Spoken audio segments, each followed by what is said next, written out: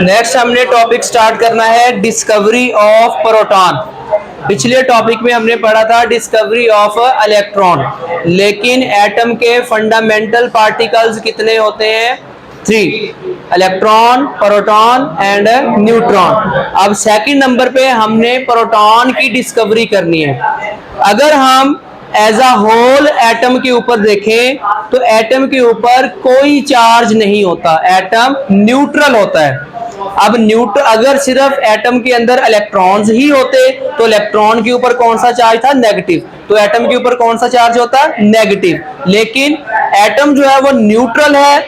इसका मतलब ये है कि एटम के अंदर जितने इलेक्ट्रॉन मौजूद होंगे उतने ही उसके अंदर प्रोटॉन भी मौजूद होने चाहिए, ताकि पॉजिटिव चार्जेस और नेगेटिव चार्जेस एक दूसरे से कैंसल आउट हो जाएं और एज अ होल एटम के ऊपर कोई भी चार्ज ना हो। तो इसी वजह से एटम न्यूट्रल था। तो सबसे पहले इन 1886 Goldstein observe positive charge in an atom. सबसे पहले गोल्डस्टाइन ने 1886 में एटम के अंदर प्रोटॉन को या पॉजिटिव चार्ज को ऑब्जर्व किया था। क्यों ऑब्जर्व किया था? On the basis of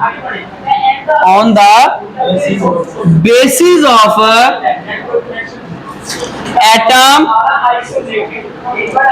as a whole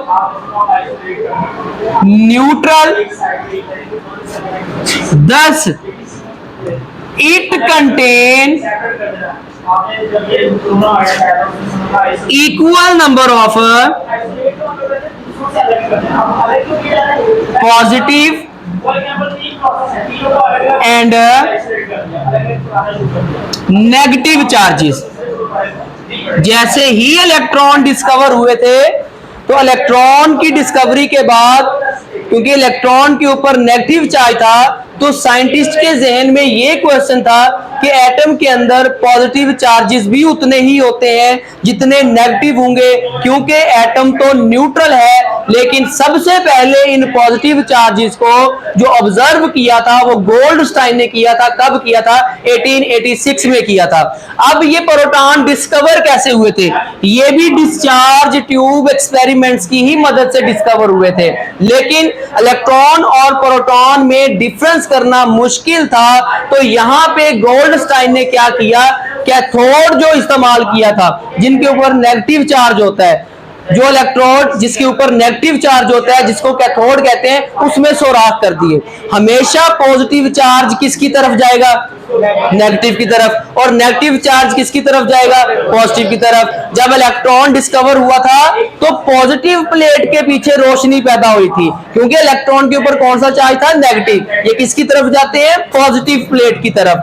लेकिन जो प्रोटॉन थे उन्होंने किसकी तरफ जाना था? कैथोड की तरफ। ये जानने के लिए कि कैथोड की तरफ जो रोशनी पैदा होती है वो कौन सी रेज है, वो कौन सी शुआएं हैं, तो देखा पॉजिटिव चार्ज इस कैथोड रेज के सुराखों में से, या कैथोड जो इस्तेमाल किया था परफोरेटेड सुराखदार, उसके सुराखों में से गुजरने के बाद जैसे ही वो डिस्चार्ज ट्यूब की दीवारों के साथ टकराई तो वहां पे क्या पैदा हुआ? रोशनी पैदा हुई।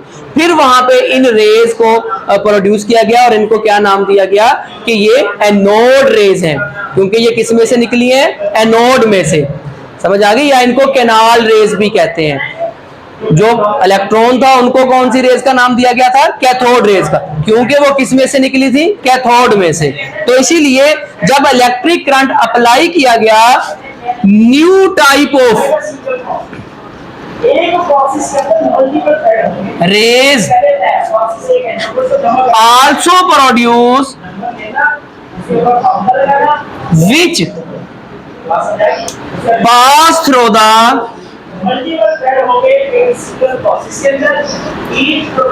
holes of cathode.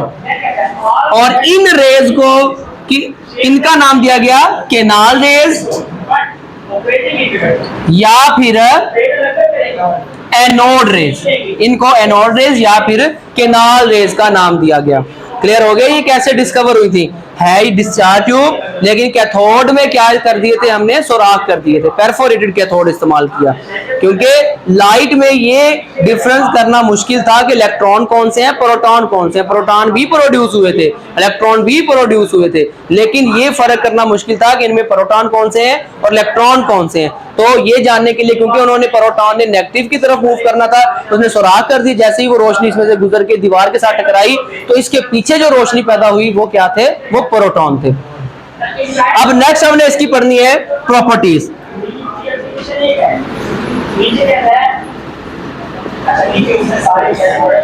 In raise की जो प्रॉपर्टीज है वो डिपेंड करती है, डिपेंड ऑन द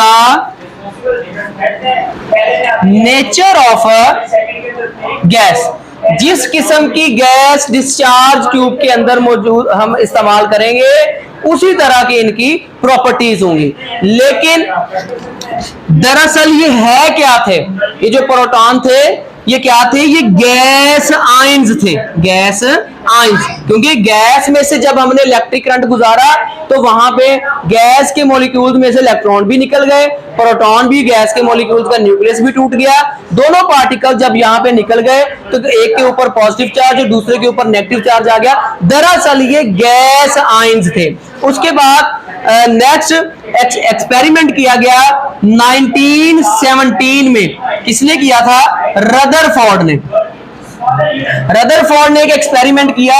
इस एक्सपेरिमेंट को समझने से पहले आपको हाइड्रोजन के एटम का पता होना चाहिए। हाइड्रोजन का जो एटम है उसके दरमियान न्यूक्लियस मौजूद होता है। न्यूक्लियस में सिर्फ एक प्रोटॉन होता है और उसके शेल में सिर्फ एक ही इलेक्ट्रॉन होता है। अगर ये इलेक्ट्रॉन यहां से निकल जाए, अगर ये इलेक्ट्रॉन यहां से निकल गया, पीछे क्या बच गया? सिर्फ एक प्रोटॉन बच गया ना। फॉर एग्जांपल ये हमारे पास हाइड्रोजन था, इसमें से एक इलेक्ट्रॉन जब निकल गया तो इसको हम कैसे लिखेंगे? H positive. तो मतलब हम इस H प्लस को या हाइड्रोजन के न्यूक्लियस को हम क्या कह सकते हैं? प्रोटॉन कह सकते हैं, क्योंकि अब इसमें सिर्फ एक प्रोटॉन ही बाकी है। तो रदरफोर्ड ने जब एक्सपेरिमेंट किया, इस एक्सपेरिमेंट के मुताबिक उसने कहा कि hydrogen nucleus present in all the nuclei of matter।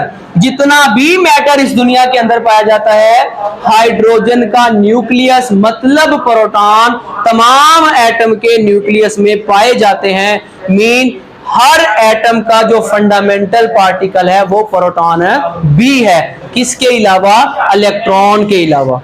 Clear हो गया?